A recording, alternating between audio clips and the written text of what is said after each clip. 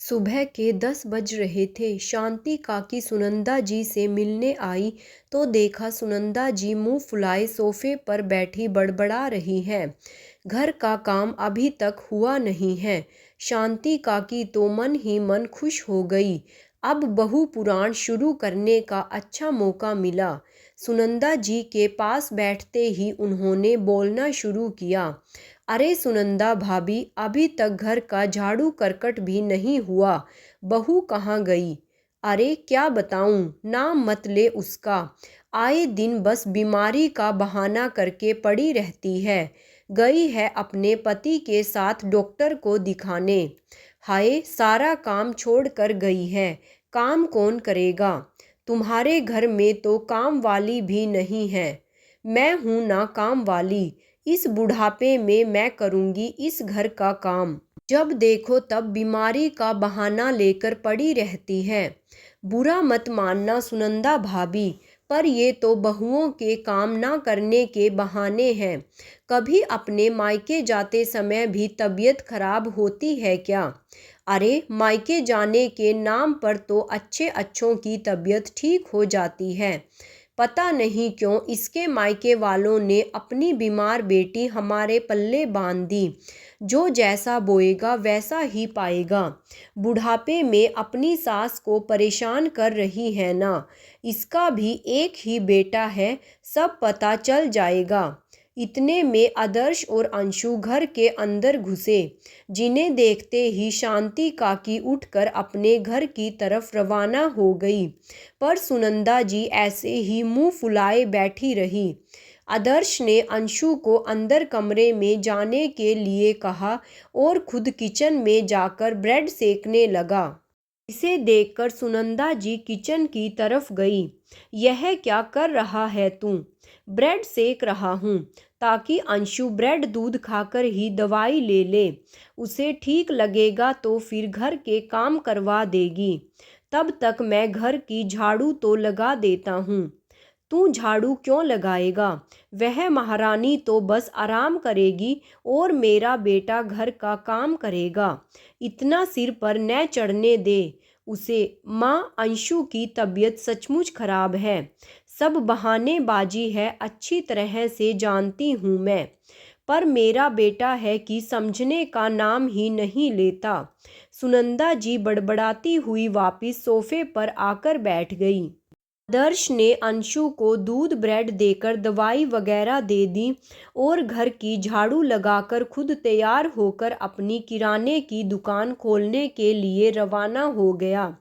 साथ ही साथ अपने दोनों बच्चों का टिफ़िन भी पैक करके ले गया, ताकि उसे स्कूल में दे सके। और सुनंदा जी के लिए भी ब्रेड सेक कर रख गया।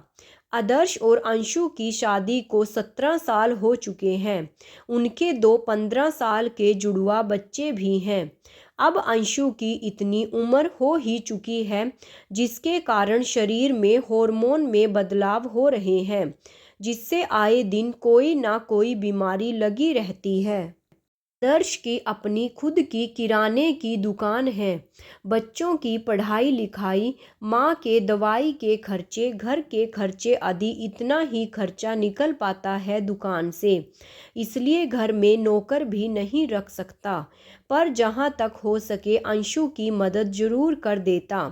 अंशु की तबीयत खराब रहने के बावजूद भी अंशु पूरी कोशिश करती कि जितना उससे हो सके करे। पर अब पहले जैसी फुर्ती तो ना रहती। बच्चे भी अपना काम खुद ही करना पसंद करते हैं।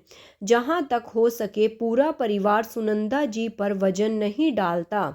लेकिन उसके बावजूद सुनंदा जी को पता नहीं क्या परेशानी थी। जिस दिन भी अंशु की तबीयत खराब हो जाती, बस चिल्लाने से मतलब रखती, करती धरती कुछ नहीं। पर आज तो सुनंदा जी भरी बैठी थी। आदर्श के जाते ही उन्हें बोलने का मौका मिला और वे शुरू हो गई। ऐसी भी बीवियां होती हैं जहां पति झाड़ू लगा रहा है और खुद आराम कर रही है। बेचारा मेरा बेटा घर और दुकान दोनों में फंस कर रह गया है। अरे क्या तेरे पीहर में भी यह सब चलता है? तेरे माँ बाप ने अपनी बीमार बेटी हमारे पल्ले तो ना बांध दी। बहू शादी से पहले भी बीमार रहती थी क्या? यह सब सुनते ही अंशु के तन बदन में आग सी लग गई।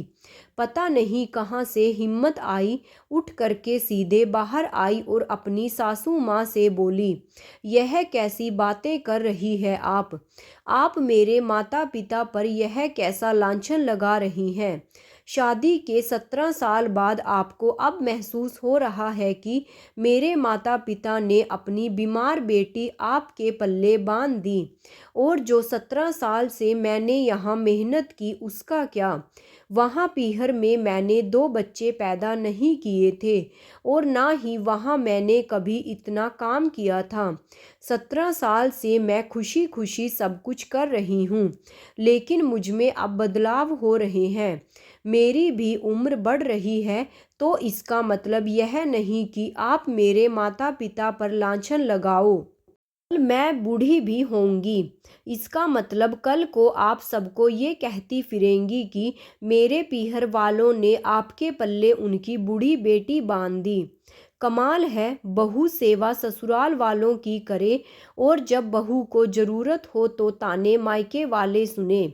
मैं एक शब्द नहीं सुनूंगी, खुद के लिए भी नहीं और मायके वालों के लिए भी नहीं।